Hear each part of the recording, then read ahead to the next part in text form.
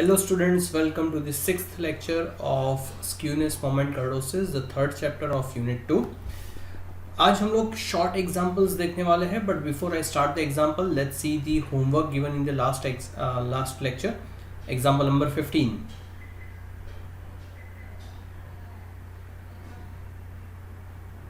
Okay चलिए तो start करते हैं एग्जाम्पल नंबर 16 के साथ. So this are short examples, but before I start the example I want to tell you one thing कि जब भी आपको क्वेश्चन में इस तरीके का लैंग्वेज देखने को मिले, से फॉर एग्जाम्पल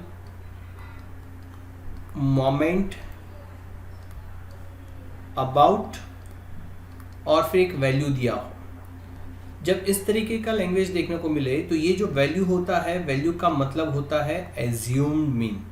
ये ऑलवेज याद रखना कि जब भी आपको बोले कि मोमेंट्स अबाउट डैश, तो डैश की जगह पे कोई भी वैल्यू हो सकता है. जैसे कि यहाँ पे इस क्वेश्चन में आपको बोला है कि moment of a distribution about the value of 3. So in this case 3 is assume mean. तो इस तरीके का लैंग्वेज कई बार एग्जाम्पल्स में वो लोग यूज़ करते हैं. तो ये ऑलवेज याद रखना कि जब भी आपको किसी वैल्यू के रिलेटेड मोमेंट दिया जाए तो उसका मतलब कि वो वैल्यू जो है वो आपका एज्यूम मीन होगा. ठीक है, चलिए तो यहाँ पे हमें जैसे पता चल गया है कि a इज 3. अच्छा, मोमेंट अबाउट एज्यूम मीन मतलब क्या? तो जब भी आपको मोमेंट अबाउट एज्यूम मीन की वैल्यूज दी जाती है तो that means they are giving you the value of mu dash, right. So first 3 moments आपको दिए हैं 2, 10 and 30. So basically they are giving you the values of mu 1 dash which is 2, mu 2 dash which is 10 and mu 3 dash which is 30. ये values आपको दी है respectively. Comment upon the nature of distribution. Comment upon the nature of distribution मतलब कि किस तरीके का distribution है उसके ऊपर आपके कमेंट पूछे हैं. तो नेचर किस तरीके का डिस्ट्रीब्यूशन है वो हमें कैसे पता चलेगा? एक तो कोएफिशिएंट ऑफ स्क्यूनेस फाइंड करना पड़ेगा which is basically root of beta 1 जो हमें यहाँ पे फाइंड करना पड़ेगा, और दूसरा बीटा 2 हमें फाइंड करना पड़ेगा विच इज कर्टोसिस. तो ये दो चीज़ हम लोग फाइंड करेंगे तब जाके हम लोग बोल पाएंगे कि ये डिस्ट्रीब्यूशन पॉजिटिवली स्क्यूड है या नेगेटिवली स्क्यूड है, इट इज लेप्टोकर्टिक, मेसोकर्टिक या प्लेटिकर्टिक. तो वो चीज़ें कमेंट करने के लिए बीटा 1 बीटा 2 हमें फाइंड करना पड़ेगा. चलिए तो एग्जाम्पल स्टार्ट करते हैं. एग्जाम्पल स्टार्ट करने से पहले हम लोग देख लेते हैं कि हमें कौन सी चीज़ों की ज़रूरत पड़ेगी. तो सबसे पहले हमें कोएफिशिएंट ऑफ स्क्यूनेस फाइंड करना है. अच्छा, एक चीज़ याद रखना कि जब भी आपको कमेंट करने के लिए बोला जाए नेचर ऑफ डिस्ट्रीब्यूशन पे तो we will not use skewness, we will use coefficient of skewness. ठीक है, ये ऑलवेज याद रखना कि कोएफिशिएंट ऑफ स्क्यूनेस का जो वैल्यू होगा उसके ऊपर से आप कमेंट करोगे, ना कि स्क्यूनेस के वैल्यू से. कोएफिशिएंट ऑफ स्क्यूनेस यानी कि रूट बीटा 1 जिसका फॉर्मूला हमने लिखा हुआ है which is mu 3 upon under root mu 2 cube. So this is the formula for beta 1 coefficient of skewness. और दूसरा जो है बीटा 2, सो बीटा 2 का फॉर्मूला है म्यू 4 अपॉन म्यू 2 स्क्वायर. तो ये दो चीज़ें हैं एंड लास्ट में कमेंट करने के लिए बोला है, सो विल कमेंट हियर. अब देखो हमें क्वेश्चन में जो वैल्यूज दी है वो mu 1 dash, mu 2 dash and mu 3 dash की दी है, जबकि हमें बीटा 1 बीटा 2 के कैलकुलेशन में ज़रूरत पड़ेगी म्यू 1 म्यू 2 म्यू 3 म्यू 4 की. ठीक है, नॉट डैश. तो इसके लिए हमें पहले कन्वर्ट करने पड़ेंगे ये म्यू डैश वाले वैल्यूज इनटू म्यू वैल्यूज. चलिए तो इसके लिए फॉर्मूला हमने देखा था कन्वर्जन का, वो फॉर्मूला मैं लिख देता हूँ. तो ये मैंने mu 1 mu 2 mu 3 and mu 4 के फॉर्मूला जो है वो मैंने लिख दिए हैं. mu1 is basically mu1 dash minus mu1 dash, so we have the value of mu1 dash which is 2 minus 2 which will be equal to 0. ये हमें पता है कि mu1 always 0 ही होता है. mu2 कैलकुलेट करते हैं, so which is mu2 dash which is 10 minus mu1 dash square which is 2 square. तो इसका जो आंसर आएगा वो आएगा 10 minus 4 will be equal to 6. Third is mu 3 which is mu 3 dash which is 30 minus 3 into mu 2 dash which is 10 into mu 1 dash which is 2 plus 2 into mu 1 dash cube, so it is 2 cube. By solving this you will get the answer which will be equal to minus 14. Last calculate करते हैं mu 4 mu 4 के लिए सबसे पहली चीज़ हमें चाहिए mu 4 dash, but हमें क्वेश्चन में सिर्फ म्यू 1 2 3 डैश की वैल्यूज दी है, म्यू 4 डैश की वैल्यूज दी नहीं है. That's why it is not possible to calculate mu 4.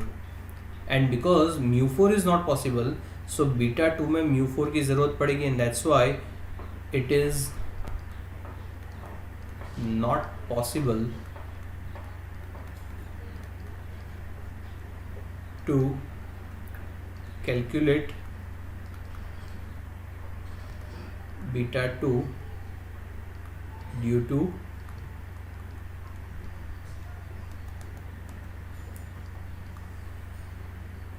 insufficient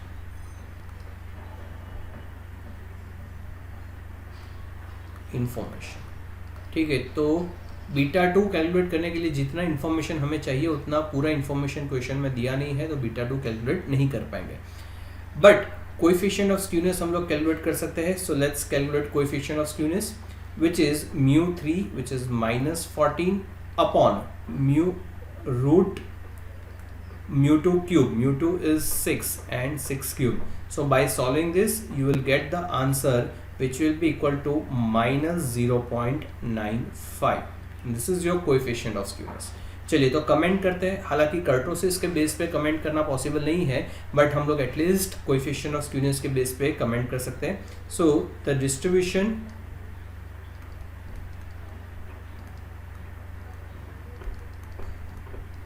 is negatively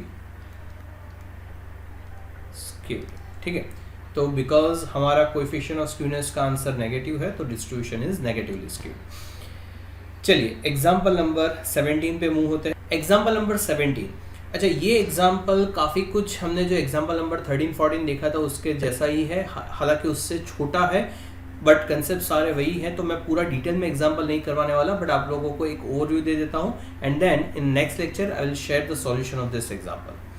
देख लेते हैं क्वेश्चन में क्या पूछा है. The following data are given to an economist for the purpose of economic analysis. Data refer to the length of certain type of battery. तो कोई battery है वो कितना चलती है, कितना लंबा टाइम खींचती है बैटरी, उसके रिलेटेड इन्फॉर्मेशन है.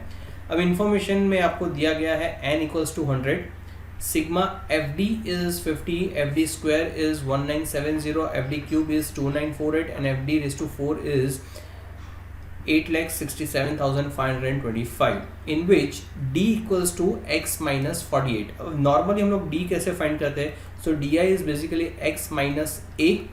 सो अगर ये लोग बोल रहे हैं कि DI is x minus 48 है, तो इसका मतलब हमें ये पता चल जाता है कि A जो है उसका वैल्यू होगा 48.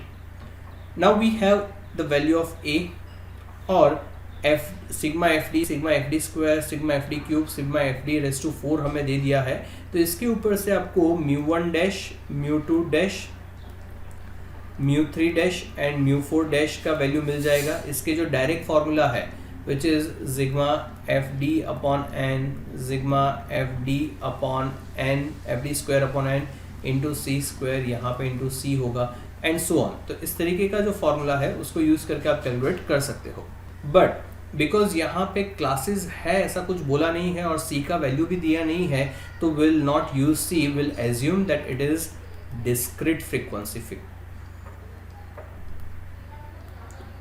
डिस्क्रीट फ्रीक्वेंसी यानी कि XI वाला एग्जाम्पल होगा जिसमें क्लासेस नहीं दिए हैं और इंटू सी हम लोग यूज नहीं करेंगे.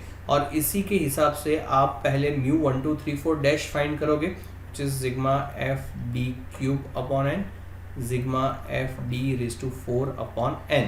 Once you will get mu 1 2 3 4 dash, उसके बाद आप कन्वर्जन का फॉर्मूला यूज करोगे, and by using the conversion formula you will calculate mu 1, mu 2, mu 3 and mu 4, और इसके ऊपर से फिर आप बीटा 1 एंड बीटा 2 कैलकुलेट करोगे, and you will be able to comment on the nature of distribution. ठीक है, also comment on skewness, and आपको ये भी पूछा कि do you think the distribution is platykurtic, that they are asking you to calculate both kurtosis and skewness, इसलिए हमें beta 1 and beta 2 दोनों ही कैलकुलेट करना पड़ेगा.